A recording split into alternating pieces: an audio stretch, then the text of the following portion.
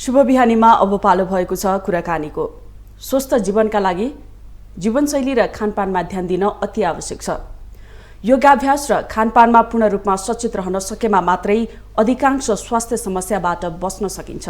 तर अस्वस्थ जीवनशैली जिउनु, खानपानमा ध्यान नदिनु र आवश्यक व्यायाम समेत नगर्नु जस्ता कारणले पछिल्लो समयमा स्वास्थ्य जटिलताहरू बढ्दै गइरहेका छन्। अधिकांश सहरिया मानिसहरूलाई स्वस्थ खानपान र पौष्टिक आहारबारे जानकारी छ। यद्यपि स्वास्थ्यका लागि भन्दा स्वादका लागि खाने प्रवृत्तिका कारण मानिसको स्वास्थ्य बिग्रिँदै गएको छ। स्वस्थ रहनका लागि स्वस्थ खानपान र योगाभ्यास किन जरुरी छ त? कस्तो खानालाई स्वस्थ खाना भनिन्छ भन्ने विषयमा केन्द्रित रहेर कुराकानी गर्नेछौँ। र कुराकानी गर्नको लागि आज हामीसँग हुनुहुन्छ सुसंस्कार तथा योग अभियन्ता डाक्टर राजु अधिकारी। आउनुहोस् कार्यक्रममा उहाँलाई स्वागत गरौँ। स्वागत छ यहाँलाई। हजुर नमस्कार। सन्चै हुनुहुन्छ? हजुर। अब स्वस्थ शरीरको लागि, स्वस्थ जीवनको लागि चाहिँ स्वस्थ खानेकुरा चाहिँ अति आवश्यक छ भन्छ। तर कस्तो खानालाई चाहिँ स्वस्थ मानिन्छ त? स्वस्थ खाना भनेको शरीरलाई अनुकूल हुने खाना हो। जसरी हामी मोटरगाडीमा कुन तेल प्रयोग हुन्छ सो नै तेल प्रयोग गर्छौँ। त्यसै गरी हरेक व्यक्तिको शरीरको संरचना, बनावट, उसको आन्तरिक स्वरूप चाहिँ अलग अलग हुन्छ। आफूलाई सहज, अनुकूल र हितकारी हुने खाना स्वस्थकर खाना हो। र सिधा हाम्रो सरल भाषामा भन्ने हो भने हाम्रो परम्परागत जुन भोजन छ यो नै सबभन्दा स्वस्थकर छ। अहिलेका आयातित, अहिलेका प्रशोधित, अहिलेका डिब्बाबन्द, अहिलेका विभिन्न रासायनिक प्रक्रियाद्वारा बनाइएका भोजनहरूभन्दा हाम्रो स्थानीय परिकारहरू बढी स्वस्थकर छन्। स्वस्थ आयुर्वेदको दृष्टिले भन्ने हो भने जुन खाना सजिलोसँग पचेपछि भोक लाग्छ, खाएको भोजनले शरीरलाई पूर्ण चाहिँ शक्ति दिन्छ, ऊर्जा दिन्छ, त्यो नै स्वस्थकर खाना हो। अब अहिले त धेरै खाना सँगसँगै विकृतिहरू पनि आएको छ होइन? अब समय सँगसँगै सबै धेरै कुरा प्याकेटको खानेकुराहरू पनि बेसी खाइरहेको हुन्छ। तर अहिले मान्छेहरूले रोज्नु पर्यो भने चाहिँ यो खाना रोज्ने सूत्रहरू हुन्छ नि, के सूत्र छ त्यस्तो? एकदमै धेरै सूत्रहरू छन्। तीमध्ये 4-5वटा चाहिँ याद गर्न सम्झन लायक सूत्रहरू छन्। पहिलो चाहिँ खानेकुरा दुई ठाउँमा पाक्छ। एउटा घामको चुलामा पाक्छ, एउटा घरको चुलामा पाक्छ।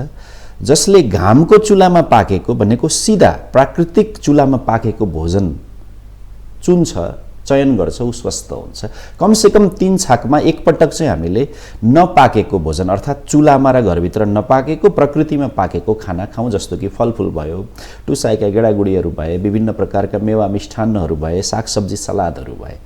दोस्रो सूत्र चाहिँ के हो भने जुन खानेकुरा फलाउन बुद्धि लगाइएको छ त्यो स्वस्थकर हुन्छ। जुन खानेकुरा पकाउन बुद्धि लगाइएको छ त्यो अस्वस्थकर हुन्छ। पकाएपछि त त्यसको स्वाद चाहिँ रहन्छ, बाँकी अरू कुरा तत्त्व, सार, त्यसको चाहिँ शक्ति, त्यसको चाहिँ मिनरल्स, खनिज तत्त्वहरू चाहिँ नष्ट भ्रष्ट भएर जान्छ।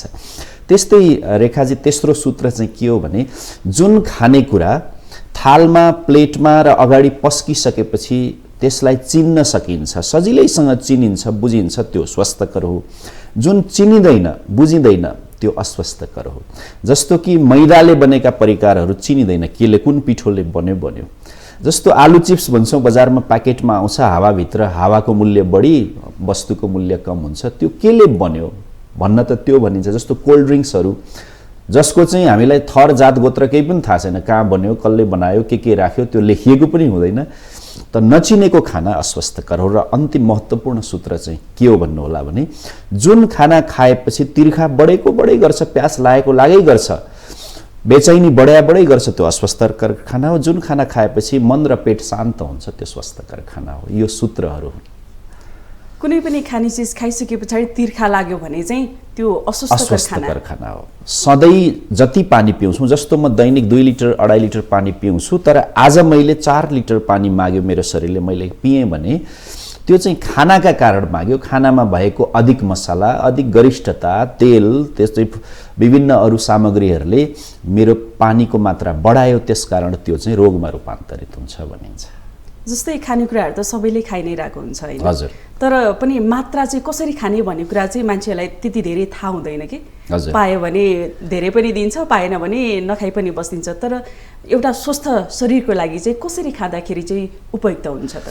त्यो त जस्तो सबभन्दा ठुलो डाक्टर, चिकित्सक र विशेषज्ञ स्वयं हो। आफ्नो पेटको मालिक आफू हुनुपर्छ। हामी सबैसँग कुराकानी गर्छौँ, आफ्नो पेटसँग कुराकानी गर्दैनौँ। हरेकको पेटको संरचना अलग अलग किसिमको हुन्छ। अब मात्रा चाहिँ पूर्वीय र पश्चिमी दृष्टिकोण या आधुनिक मेडिकल साइन्स र आयुर्वेद दुईटैलाई मिलाएर भन्नुपर्ने हुन्छ। भोकभन्दा अलिकति कम खाने, जस्तो कि पेटलाई 4 भाग लगाइदिने भर्चुअल्ली, काल्पनिक रूपले, अनि 4 भागमध्ये 2 भाग चाहिँ ठोस खानाले भर्ने, 1 भाग पानीलाई छोडिदिने र 1 भाग त्यो खाना त मथिनु पर्यो, चर्निङ भन्छ, ब्रेकडाउन भन्छ, अनि बल्ल त्यो चाहिँ डाइजेसन हुन्छ। डाइजेसन पछि पनि एसिमिलेसन, त्यो पचेको खानाको रस चाहिँ रगत बन्ने प्रक्रियामा जानु पर्यो। त्यसका लागि भोकभन्दा अलिक कम खाने, कम पटक खाने, आजभोलि इन्टरमिटेन्ट फास्टिङ भन्छ, चाहिँ 8 घण्टा खाने 16 घण्टा नखाने। यसरी मात्रा चाहिँ व्यक्ति पछि फरक हुन्छ। तर योग शास्त्र र आयुर्वेदले भन्ने हो भने के भन्छ भने चतुर्थांश विवर्जितम, पुरै पेट भर्नु चाहिँ वर्जितै मान्छ स्वास्थ्य विज्ञानको दृष्टिले। किनभने पेट पुरा भरिसकेपछि त त्यो मथिन, टुक्रिन, पच्न पाएन अनि नानाविधि रोगहरू चाहिँ लाग्छन्।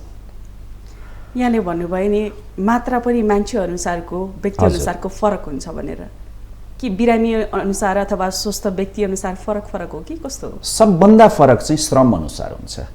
जो खेती किसानी गर्छन्, पसिना बगाउँछन्, चाहिँ खेल खेल्छन्, मार्सल आर्ट गर्छन्, उनीहरूलाई अलिक बढी भोजन स्वतः चाहिन्छ। अब हामी बस्छौँ, कुर्सीमा बस्छौँ, मोटर गाडीमा हिँड्छौँ, शरीर धेरै चल्दैन, हाम्रो भोजन विषमा रूपान्तरित हुन्छ यदि अधिक भोजन गऱ्यौँ भने। त्यसकारण पहिलो चाहिँ श्रमका आधारमा मात्रा हुन्छ, दोस्रो रोगका आधारमा मात्रा हुन्छ। कतिपय रोगहरू, प्राय जसो रोगहरू कम खाएर निको हुन्छन् या फास्टिङ गरेर निको हुन्छन्, या इन्टरमिटेन्ट फास्टिङ भनेको कम पटक खाएर निको हुन्छन्। तर हाम्रो मान्यता के छ भने तातो खाइरहनुपर्छ भन्ने छ। प्राय जसो रोगहरूमा चाहिँ पेटका केही ग्यास्ट्राइटिस जन्य रोग बाहेक प्राय जसो रोगहरूमा चाहिँ जति कम खायो त्यति राम्रो हुन्छ। अच्छा, एउटा स्वस्थ शरीरको लागि चाहिँ पानी पनि अति आवश्यक हजुर भित्र पर्छ। तर यो पानीले चाहिँ कतिसम्म हाम्रो शरीरको लागि चाहिँ कति महत्त्वपूर्ण छ त? पानी त पानी मात्रै होइन, पानी जल हो। जल भनेको अस्तित्व हो, जल भनेको अमृत हो, जल भनेको औषधि हो, र जल भनेको चाहिँ जीवनदायिनी शक्ति हो। पानी अत्यन्त आवश्यक छ। कहिलेकाहीँ पानी हेरेर म त यति खुसी हुन्छु, प्रकृतिले कति सुन्दर वस्तु बनायो होला पानी। हुन त आजभोलि हामी प्राकृतिक पानी, मूलको पानी, मौलिक पानी, रैथाने पानी खान पाइरहेको छैनौँ। प्लास्टिकको जारको, बोतलको, घैलाको, फिल्टरको खाइरहेछौँ। पानी हाम्रो शरीरमा 70-80% हुन्छ, विभिन्न मान्यताले भन्छ नै। तर पानी खाने सूत्र भने चाहिँ के हो भने रेखाजी, सबैलाई सम्झन एकदमै सजिलो छ। हाम्रो शरीरबाट एक दिनमा जति पानी बाहिर निस्कन्छ त्यति चाहिँ पिउनै पर्छ। र हाम्रो शरीरबाट, तपाईँ हामी जस्तो सामान्य सहरी जिन्दगी बाँच्ने मान्छेहरूको शरीरबाट एक दिनमा जम्मी 2000 ml भनेको लगभग 2 लिटर 2200-2500 ml, 2.5 लिटर पानी निस्किन्छ। त्यसको परिपूर्ति गर्न त्यति चाहिँ पिउनै पर्छ। बाँकी चाहिँ कसैले बढी पसिना बगाउँछ भने अलिक बढी पानी पिउनु पर्छ। हाम्रो शरीरबाट, मलमूत्रबाट, पसिनाबाट, बाफहरूबाट, मुखको बाफबाट पानी निस्किएर जान्छ। त्यति चाहिँ परिपूर्ति, क्षतिपूर्ति गर्नै पर्ने हुन्छ। अब पानी अधिक खाने पनि एउटा अहिले मानसिक, जति बढी पानी खायो त्यति स्वस्थ हुन्छ भन्ने छ। तर आयुर्वेदले त्यसलाई चाहिँ सावधानी दिएको छ कि श्रम अनुसार, रोग अनुसार, उमेर अनुसार र भूगोल अनुसार, ऋतु अनुसार पनि, मौसम अनुसार पनि पानीको मात्रा चाहिँ फरक हुन्छ। तर पानी सबभन्दा ठुलो डाक्टर हो। अनेक रोग निको पार्न सक्छ, अनेक तनाव घटाइदिन सक्छ, अनेक प्रकारको शरीरका फोहोर मैलाहरूलाई निकाल्दिन सक्छ। मानिसको जीवनमा चाहिँ पानीको अहम भूमिका नै छ, एकदमै ठुलो भूमिका छ, र चिकित्सामा, रोग निको पार्नमा पनि छ। अहिले चाहिँ अब समय परिवर्तन हुँदैछ होइन, मानिसहरूको खानपान शैली पनि फरक हुँदैछ। हजुर। अब कहीँ काम गर्नु पर्यो, कतै बाहिर जानु पर्यो भने चाहिँ मान्छेहरू चाहिँ धेरै जङ्क फुडहरूमै डिपेन्ड भइरहेको हुन्छ। तर यसलाई कम गर्न चाहिँ कसरी सकिन्छ? जङ्क फुड भन्ने बित्तिकै एउटा उदाहरण हामीले बुझ्नुपर्ने हुन्छ। तपाईँ हामी प्राय मोटर गाडी, बाइक, स्कुटर चढ्छौँ। आफ्नो गाडीमा तेल हाल्नु पर्यो भने चाहिँ सक्कली तेल कुन पेट्रोल पम्पमा पाउँछ भनेर खोजेर लाइन लागेर बढी पैसा तिरेर पर्खिएर ल्याउँछौँ। तर यो अनमोल गाडीमा जो चाहिँ हामीलाई पुरा जीवनलाई धारण गरेर हिँडेको गाडी छ, यो गाडीमा चाहिँ जुनसुकै तेल पनि अर्थात् जे पनि मुखबाट चाहिँ आहारको रूपमा खाइरहेको हुन्छौँ। कस्तो विडम्बना छ। जङ्क भनेको कवाडी हो, जङ्क भनेको मिल्काउनु पर्ने हो। जङ्कको नेपाली अर्थ के हो भने काम नलाग्ने भोजन हो, जो स्वरूप हुन्छ तर गुणहरू हुँदैन। त आजभोलि तपाईँ हाम्रो व्यस्त जिन्दगीमा फास्ट फुड र जङ्क फुड चाहिँ दुई आँखा दुई हात जस्तो बनेको छ। अर्थ नबुझेर हो क्या। वास्तविक फास्ट फुड भनेको चाहिँ, फास्ट भनेको टिप्यो धुयो खायो फलफुल हो। हामी फास्ट फुड रेस्टुरेन्टमा जान्छौँ, बस्छौँ, आधा घन्टा अर्डर गर्छौँ, कसरी फास्ट भयो? आधा एक घन्टा बनाउन लाग्छ मोमो चाउमिन बनाउन, फलफुल त धुयो खाइहाल्यो गर्छौँ, यो चाहिँ फास्ट फुड हो। जङ्क फुड चाहिँ जसमा पानीको मात्रा हुँदैन, नुन चिनी र चिल्लोको मात्रा अत्याधिक हुन्छ, त्यसलाई स्वादिलो र नसालु बनाउनलाई एडिटिभ्सहरू विभिन्न केमिकलहरू प्रयोग गरिएको हुन्छ, जो चाहिँ एउटा खानेकुरा बिगारेर अर्को खानेकुरा बनाइएको हुन्छ। अनि वर्षौंसम्म राख्नका लागि त्यसलाई चाहिँ प्रिजर्भेटिभ्सहरू ग्रहणशील गराउने वस्तु, त्यसमा केमिकलहरू राखिएको हुन्छ। आदि कारणले जङ्क फुडले हाम्रो शरीरमा अत्यावश्यक भाइटामिन्स र मिनरललाई चुसेर निकालिदिन्छ। उल्टो त्यसले त पोषण दिँदैन, बाँकी शरीरमा पहिलेदेखि बचेका रहेका, बचत भएका, सञ्चित भएका अत्यावश्यक चाहिँ तत्त्वहरूलाई निकालिदिन्छ। मस्तिष्क चाहिँ हाम्रो एकछिन फुर्ती दिन्छ, तर एकछिन पछि फेरि अल्छी बनाउँछ, रोगी बनाउँछ। तसर्थ बाध्यता हुँदा, भुइँचलो जाँदा, तीर्थमा जाँदा खानै पाइएन भने यात्रामा जाँदा बेग्लै कुरा हो, तर जङ्क फुडमै डिपेन्ड हुनु चाहिँ अभिशाप हो। अब गर्मी पनि बढ्दैछ, गर्मीको समयमा एउटा विशेष खानेकुराहरू पनि हुन्छ होला नि, ती के भन्न चाहनुहुन्छ? गर्मीको समयमा धेरै रैथाने खानेकुराहरू छन्, शरबतहरू छन्, सातु छ, स्थानीय फलफुलहरू छन्। जस्तो गर्मीमा अब चैत वैशाखमा काफल ऐँसेलु आउँछ, कति महत्त्वपूर्ण खानेकुराहरू छन् यिनी चाहिँ। हामी बेरिज र स्ट्रबेरिजहरू चाहिँ किनभने विदेशीले प्रचार गरिदिए त्यसलाई खोजी विदेशबाट ल्याएर महँगोमा जेली र जामहरू पनि खान्छौँ। तर हाम्रा काफल भयो, हाम्रो ऐँसेलु भयो, हाम्रो वन जङ्गलका अरू फलफुलहरू भए, अब चाहिँ जेठ असार आएपछि नास्पातीहरू आउँछन्, एकदमै सुन्दर भोजनहरू छन्। हाम्रो शरबत, हामी बजारे कोल्ड ड्रिङ्क्सको सट्टामा हामी स्थानीय शरबतहरू, अनेक जडीबुटीका शरबतहरू, घोडताप्रेको शरबत भयो, हामी अरू बेलचन्डाको शरबत भयो, हामी स्थानीय चाहिँ अमिलो निबुवाहरूको शरबत बनाउन सक्छौँ, हाम्रो स्थानीय मही पिउन सक्छौँ, पदिना र तुलसीको ड्रिङ्क्स बनाउन सक्छौँ। सबभन्दा राम्रो त गर्मीको बेला सातुको शरबत जुन छ, सातु मिसाएर एकदमै राम्रो हुन्छ। अनेक धेरै खानेकुराहरू छन् गर्मीमा। यति कुराहरू आइराख्दाखेरि त आफैले उत्पादन गर्नुपर्ने रहेछ भन्ने पनि महसुस भयो। वास्तवमा हामी पकाउन चाहिँ, परिकार बनाउन चाहिँ अनेक कला सिक्छौँ, डिग्री लिन्छौँ, युट्युबमा हेर्छौँ, तर फलाउन चाहिँ सिकेका छैनौँ। विडम्बना यही हो। अहिले नयाँ पुस्तालाई तपाईँ हाम्रो जनजीवनमा फलाउने कला पनि सिक्नुपर्ने हो। आफैले फलाउन सके त कमसेकम छतमा, आँगनमा, करेसामा फलाउन सके राम्रो हुन्थ्यो। नयाँ पुस्तालाई त अहिलेको सहरिया स्कुलहरूमा त धान कहाँ फल्छ भन्ने पनि थाहा छैन। कसै बच्चाले त दुध फ्रिजबाट र डेरीबाट, प्याकेटबाट आउँछ भन्ने त्यो स्थितिमा छ। हामीले सोच्नै पर्ने छ। अहिलेको युवा, अहिलेको जेनेरेसनलाई चाहिँ एउटा घरायसी उत्पादनको बारेमा पनि जानकारी गराउन जरुरी छ। एकदमै धेरै जरुरी छ। नभए त सबै कुरा रेडिमेड होला भन्ने लाग्छ नयाँ पुस्तालाई। तपाईँ हामी अरू काममा कति हेर्नुहोस् न, फेसबुक हेर्नमै या टेलिभिजन या कुनै काममा या अखबार पढ्नमा या अरूको कुरा काट्नमा कति समय बिताउँछौँ नि। थोरै समय निकालिदिउँ न त्योबाट, 10 मिनट, आधा घन्टा मात्रै आफूले फलाउन, रोप्न, उमार्न, फोहोर मैलालाई छुट्याउन, सड्याउन समय दिउँ भने कति राम्रो हुन्छ नि। मैले अलिकति खानपान सँगसँगै, यहाँ त योग अभियन्ता पनि हुनुहुन्छ। हजुर। अब स्वस्थ शरीरको लागि स्वस्थ खानपान सँगसँगै योगाभ्यास पनि उत्तिकै जरुरी हुन्छ। हजुर। योग गर्नाले चाहिँ मानिसलाई फाइदा चाहिँ के हुन्छ? उदाहरणबाट भनौँ, जस्तो तपाईँ हामीले लगाएको लुगा 3-4 दिनपछि मैलिन थाल्छ नि, 2-3 दिनपछि त्यसलाई धुन्छौँ, निकाल्छौँ, अनि भिजाएर धुन्छौँ, फेरि सफा भएपछि लगाउँछौँ। योगाभ्यास, कसरत, व्यायाम, प्राणायाम, एक्सर्साइज, वर्कआउट भनेको चाहिँ के हो भने लुगा धोए जस्तै शरीरलाई धोएर निचोरेर बटारेर या चाहिँ बफ्याएर या तन्काएर स्ट्रेचिङ गरेर चाहिँ शरीरको फोहोर मैला निकाल्ने हो। शरीरको फोहोर मैला चाहिँ कहाँ हुन्छ भन्दा बढी कि पेटमा कि रगतमा हुन्छ। योगाभ्यासले के गर्छ, रगतलाई सफा गर्छ, पेटलाई सफा गर्छ। अनि रगत सफा भएपछि शरीरको कुनै पनि रोगसँग लड्ने क्षमता आउँछ। पेट सफा भएपछि मिठो भोक लाग्छ, गहिरो निद्रा लाग्छ, खानामा स्वाद आउँछ, अनुहारमा चमक हुन्छ, स्वास्थ्य राम्रो हुन्छ। त्यसकारण योग भनेको चाहिँ आजको वर्तमान जीवनको सबभन्दा ठुलो स्वास्थ्य सूत्र हो, सबभन्दा ठुलो स्वास्थ्य बीमा हो। भनिएकै छ संस्कृतमा कि भवतापेन तप्तानाम योगो हि परम औषधि। आजको सन्ताप त्रास तनावको कुनै पनि औषधि छ भने त्यो योग हो। अहिलेको परिवेशमा यहाँले योगाभ्यासमा चाहिँ मान्छेहरूको रुचि कतिको पाउनु भएको छ? अहिले धेरै छ। तपाईँ हामी त योगीकै सन्तान हौँ। यही नेपाल भूमिमै योगको आविष्कार भयो। अहिले विश्वभरि हरेक दिन बिहान 30 करोड मानिस योग गर्छन्। बिहान सेड्युल्ड दैनिकीमा, निर्धारित दैनिकीमा। सबभन्दा अमेरिका नाम लिइराख्छौँ, 1 लाख योग शिक्षक अमेरिकामा मात्रै छन्। चीन जस्तो देशमा 15-16 वटा युनिभर्सिटीमा योगको डिग्रीको पढाइ हुन्छ। नेपालमा पनि, भारतमा पनि, हाम्रा अरू छिमेकी राष्ट्रमा पनि योगको लहर बढेको छ। अर्को त हजुर हामी जस्तो नयाँ पुस्ता, नयाँ जेनेरेसन, नयाँ भाइ बहिनीहरू पनि योग भनेपछि योगा भन्दै आकर्षित भएका छन्।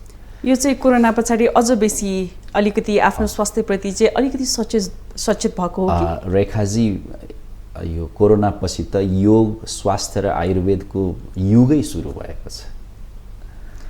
यो योग गर्दाखेरि चाहिँ कुनै विशेष व्यक्तिको लागि फरक हुन्छ कि कस्तो हुन्छ? जस्तो औषधि अलग अलग लेखिन्छ त्यस्तै योग पनि फरक हुन्छ। तर योगमा प्राणायाम चाहिँ एउटै हुन्छ। अनुलोम विलोम प्राणायाम र कपालभाती सबैका लागि हो। योगमा त्यति धेरै वर्जनाहरू छैन, त्यति धेरै अप्ठ्यारोहरू छैन। मात्र यदि ढाडसाड दुख्ने, कम्मर दुख्ने, ब्याक पेनको छ भने अगाडि निहुरिने नगर्ने, जाडोमा चिस्याउने योग नगर्ने, गर्मीमा धेरै तातो बनाउने योग नगर्ने, यति ध्यान राख्यौँ भने चाहिँ योग सबैका लागि सार्वभौम छ। खासै धेरै साइड इफेक्ट छैन। अति गर्यो भने त जेमा पनि साइड इफेक्ट छ। खास गरी बिरामीहरूको लागि जो ब्लड प्रेसर पेसेन्टहरू हुनुहुन्छ उहाँहरूको लागि चाहिँ यो अलिकति उपयुक्त हुन सक्दैन भन्ने खालको कुराहरू पनि छ नि, कतिको सत्यता छ यसमा? ब्लड प्रेसर अलिक संवेदनशील रोग हो। ब्लड प्रेसर शरीरगत होइन, मनोगत हो। कि मनको तनाव बढेपछि, मनको चिन्ता, मनको विषाद बढेपछि उच्च रक्तचाप बढ्छ। अहिले धेरै जसोले योग प्राणायाम भन्ने बित्तिकै कपालभाती धेरै गर्ने अनि एकदम छिटो अलिक स्पिडमा गर्ने हुन्छ। त्यसकारण ब्लड प्रेसरमा चाहिँ कस्तो औषधि खाँदैछौँ, कुन उमेर हो, कति भयो, अहिले वर्तमानमा प्रेसर रक्तचाप कति छ हेरेर अनि योगाभ्यास गरिनुपर्छ।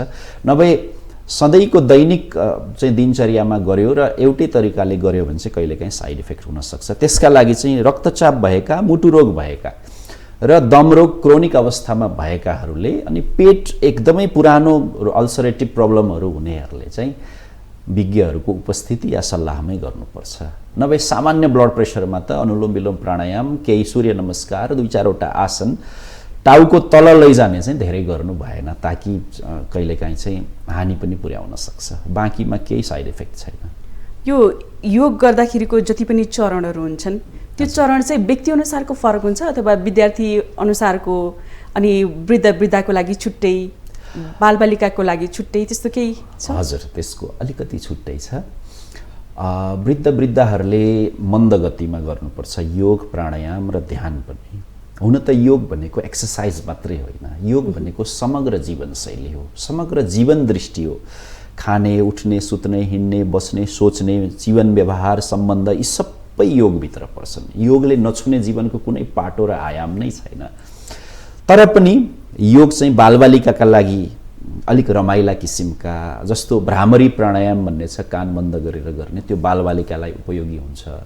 अनुलोम विलोम सबैलाई उपयोगी हुन्छ। अब वृद्धावस्थामा अलिकति शरीर कमजोर भएको हुन्छ, त्यो चाहिँ सामान्य सूक्ष्म व्यायामहरू उपयोगी हुन्छ। यसरी उमेर अवस्था रोग अनुसार चाहिँ अलग अलग चाहिँ छन्। अहिले योगकै कुरा गरिराख्दाखेरि अहिले त सहरीकरण धेरै भएको छ होइन? दूर दराजमा रहेका बस्तीहरू बस्तीमा रहेका व्यक्तिहरू जो हुनुहुन्छ उहाँहरूको लागि चाहिँ कतिपयको लागि योग कसरी गरिन्छ, योग भनेको के हो भन्ने कुराहरू थाहा नहुन पनि सक्छ। उहाँहरूको लागि चाहिँ यहाँले कसरी बताइदिनुहोस्। पहिलो त ती टाढा टाढा ग्रामीण ठाउँका मान्छेलाई सम्झिनुभयो, धेरै धन्यवाद। उहाँहरूलाई कहिले बिर्सनु हुँदैन। उहाँहरूले जीवनलाई नै धेरै जसोले योगमय बनाउनु भएको हुन्छ। योग भनेको मनलाई, हाम्रो चेतनालाई, हाम्रो इन्द्रियहरूलाई कुनै एक लक्ष्यमा जोड्ने चाहिँ योग हो। प्रायः सहरका भन्दा गाउँका मान्छे अलिक बढी श्रमशील हुन्छन् नै, प्रकृतिसँग जोडिएका हुन्छन्, माटो पानी हावासँग जोडिएका हुन्छन्। आधा जसो योग त आफै भइरहेको हुन्छ। तर पनि आजभोलि हाम्रा खेतहरू बाँझै छन्, अलिक हामी अल्छी चाहिँ भएकै छौँ। त्यस्तो अवस्थामा चाहिँ श्रमलाई योग नमान्ने, 15 मिनट भए पनि योगाभ्यास चाहिँ गर्ने। आजभोलि त गाउँ गाउँमा पनि योग केन्द्रहरू खुलेका छन्। हाम्रो टेलिभिजन सायद गाउँ दूर दराजमा पनि देख्न सकिन्छ, युट्युब पनि हेर्न सकिन्छ, या अरू माध्यम, सञ्चार माध्यम पनि छन्। त गर्नु चाहिँ पर्छ। हामी श्रम गर्छौँ, पसिना बगाउँछौँ, खेती गर्छौँ, उकालो हिँड्छौँ भनेर मात्र चाहिँ पुग्दैन। 15-20 मिनट, आधा घन्टा चाहिँ सबैले गर्नुपर्छ। जस्तै नर्मली अब गाउँघरकै कुरा गरिराख्दाखेरि उकाली ओह्राली गर्दाखेरि पसिनाहरू त आइ नै रहेको हुन्छ। हजुर, त्यो पसिना आउँदा र योग गर्दाखेरिको पसिना आउँदामा फरक के हुन्छ? त्यसो त पसिना डराउँदा हात्तिँदा पनि आउँछ होइन। पसिना आउनु मात्रै व्यायाम होइन। योग भनेको त शरीरको जहाँ जहाँ रोग छ त्यसलाई सम्बोधन गर्ने, त्यो रोग निकाल्ने प्रक्रिया हो। अनि बिस्तारै उच्च चेतनासँग जोडिने, आदर्श नैतिकता सदाचारसँग जोडिने योग विज्ञान हो। पसिना निस्किनु चाहिँ स्वाभाविक हो। पहिलो त हामी सहरवासीहरूले चाहिँ कमसेकम हप्तामा एक दिन मजाले पसिना निकाल्नै पर्छ। र योग भनेको चाहिँ पसिना ननिकाली गर्छु भने पनि हुन्छ, मजाले पसिना निकाल्ने योगाभ्यासहरू पनि छन्। त्यो चाहिँ अलिकति 5-7 दिन हामीले सिक्नै पर्ने हुन्छ। आजभोलि पसिनासँग परिचय छुट्दै गएको छ हाम्रो। यहाँले सम्झाउनु भयो, योगद्वारै पसिना निकालेको चाहिँ राम्रो अरू तरिका भन्दा। अब एउटा स्वस्थ शरीरको लागि खानपान जति महत्त्वपूर्ण छ, योग पनि उत्तिकै महत्त्वपूर्ण छ। एकदमै महत्त्वपूर्ण छ। किनभने खान मात्रै जान्नु जीवन होइन, खाएको पचाउन, पचाएको शरीरमा लगाउन र शरीरमा उत्पन्न भएको ऊर्जालाई श्रममा, पुरुषार्थमा, मेहनतमा, उन्नतिमा, प्रगतिमा, सेवामा लगाउन त आवश्यक छ नि। योगले सिकाउँछ। योग भनेको जीवन जिउने कला हो। खाने पनि त्यसमा पर्यो। आहार योग, सास फेर्ने कला प्राण योग, सोच्ने कला ध्यान योग, सुत्ने कला योग निद्रा, सम्बन्ध बनाउने, जीवन व्यवहार गर्ने कर्म योग, प्रेम गर्ने भक्ति योग, त सबै त योगभित्रै पर्छ नि। त्यसकारण योग अत्यावश्यक छ। अहिलेको मानिसहरूमा चाहिँ समय परिवर्तन सँगसँगै योगाभ्यास भन्दा पनि अझ बेसी यता विभिन्न प्रविधिहरूको विकास भएसँगै मान्छेहरू त्यतै भुल्ने गरिरहेको हुन्छ। तर त्यसलाई चाहिँ न्यूनीकरण गर्न र स्वस्थ खानपानलाई ध्यान दिनको लागि चाहिँ के गर्न सकिन्छ? हुन त सरकारले पनि, सरकारभन्दा पनि स्वयं आफूले गर्नुपर्ने छ। यसमा चाहिँ आफ्नो शरीरको लागि आफै स्वयं नै अगाडि बढ्नुपर्ने हुन्छ। सम्बन्धित निकायहरूले चाहिँ के गर्न जरुरी छ? रेखाजी, एकदमै इम्पोर्टेन्ट, एकदमै संवेदनशील प्रश्न भयो। तपाईँ हामी अहिले समय छँदा, उमेर छँदा चाहिँ ध्यान नदिने, उमेर गुज्रिसकेपछि चाहिँ हामी जाग्छौँ। ठक्कर खाएपछि मात्रै अक्कल आउने हाम्रो चलन भयो। बेलैदेखि स्वास्थ्य चेतना, योग चेतना, आहार चेतना आउने हो भने धेरै राम्रो हुने थियो। तसर्थ पहिले त स्वयं आफूलाई पहिलो डाक्टर मानौँ। आफ्नो शरीरको ज्ञान, आफ्नो आहारको ज्ञान, हामी दुनिया चिजको ज्ञान राख्छौँ, जानकारी राख्छौँ, स्वयं खानेकुराको ज्ञान राख्दैनौँ। पहिलो त राख्नु पर्यो। थोरै इन्भेस्टमेन्ट त्यसमा गर्नु पर्यो, अलिकति लगानी गर्नु पर्यो, त्यस्ता पुस्तकहरू किन्नु पर्यो, त्यस्तो कार्यक्रममा जानु पर्यो, छोराछोरीलाई, नयाँ पुस्तालाई त्यस्तो ट्रेनिङ दिनु पर्यो। के खाने बाबु, कसरी खाने नानी, कसरी पचाउने, स्वस्थ कसरी हुने, पढाएर मात्रै त भएन। पहिलो दोस्रो पाठ्यक्रमहरूमा यी कुराहरू अनिवार्य रूपमा समावेश गर्नु पर्यो। तेस्रो 24 घण्टामा 1440 मिनट हुन्छ, 40 मिनट यी विषयहरूमा दिनु पर्यो, चासो राख्नु पर्यो। टेलिभिजन हेर्दा, मिडियाहरूमा जाँदा पनि यस्ता कुराहरूमा बढी फोकस गर्नु पर्यो। त्यस्ता कार्यक्रम खोजी खोजी सुन्नु पर्यो, हेर्नु पर्यो। अब सरकार भनेको त तपाईँ हामी सबै सरकार नै हौँ। सरकार पनि चेतनाको एउटा स्तरले सरकार चाहिँ सफल हुन्छ। अब हामी कहाँ बल्ल बल्ल योग दिवस मनाउन सरकारहरू तातेका छन्, हामी लागिरहेका छौँ। खालि रोग लाग्न नदिने भन्दा रोग चाहिँ लागिसकेपछि कुन औषधि खुवाउने, कुन अस्पताल लैजाने भन्ने मात्रै सरकारको नीति छ। तर योगले के भन्छ? यो चाहिँ प्रिभेन्टिभ हो क्या, रोगै लाग्न नदिने, हामीले ठक्करै खानु नपरोस्, अस्पताल चाहिँ बाध्य भएर जानु नपरोस्, कुनै इमर्जेन्सीमा बाहेक तसर्थ हामीले आफै जाग्नुपर्छ यसको उपाय चाहिँ।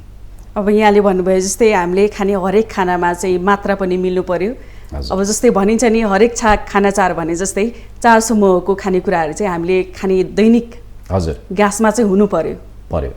जस्तै गेडागुडी, अन्न, फलफुल र माछा मासु चाहिँ मिलाएर खान सक्यो भने, यसको मात्रा मिलाएर खान सक्यो भने चाहिँ हामी स्वस्थ हुन्छौँ। स्वास्थ्य हाम्रा ऋषिमुनि र पूर्वज वैज्ञानिक थिए, यति वैज्ञानिक दूरदर्शी थिए हाम्रा, जसले दाल भात तरकारी अचार आविष्कार गर्यो। भातको वर्ग कार्बोहाइड्रेट, दाल प्रोटिन, तरकारी खनिज भाइटामिन्स मिनरल्स सबै छ। हेर्नुहोस् अचारमा हाम्रो शरीरलाई चाहिने चाहिँ शरीरका विभिन्न शरीरका आन्तरिक र चाहिँ पाचन कार्यमा संलग्न हुने ती चाहिँ ग्ल्यान्ड्सहरूलाई जसले चाहिँ रसायन निकाल्छन्, इन्जाइम्स निकाल्छन्, तिनीहरूलाई चाहिँ उत्तेजित गर्छ, सकारात्मक लाभ दिन्छ। हाम्रो पूर्ण भोजन हो दाल भात तरकारी अचार दही मही अनि सलाद सागसब्जी। चाडपर्वमा कहिले खिचडी, कहिले सेलरोटी, कहिले खिर, कहिले चाहिँ अरू चाहिँ खानेकुरा तिलको लड्डु खान्छौँ नि। मौसम ऋतु अनुसार हाम्रो परिपूर्ण भोजन हो। तसर्थ अब हामीले आफ्नो रैथाने, आफ्नो स्थानीय दाल भात तरकारी अचार, चाडपर्व विशेष पर्व उत्सव मेलामा खाने भोजनहरू नै परिपूर्ण छन्। हजुर, हामी कार्यक्रमको अन्त्यतिर आइसकेका छौँ। यहाँको अमूल्य समय र अमूल्य विचारको लागि धेरै धेरै धन्यवाद। हस्, स्वस्थ रहौँ, मस्त रहौँ, प्रसन्न रहौँ, अस्तव्यस्त नबनौँ, स्वस्थ मस्त बनौँ, मेरो पनि यही कामना। धन्यवाद। हस्, धन्यवाद। हजुर, उहाँ हुनुहुन्थ्यो सुसंस्कार तथा योग अभियन्ता डाक्टर राजु अधिकारी। आज हामीले स्वस्थ जीवनको लागि स्वस्थ खानपान सँगसँगै योगाभ्यास पनि अति महत्त्वपूर्ण हुन्छ भन्ने विषयमा छलफल गऱ्यौँ। हामी तपाईँलाई न्युजसँग जोडिरहनेछौँ। नमस्कार।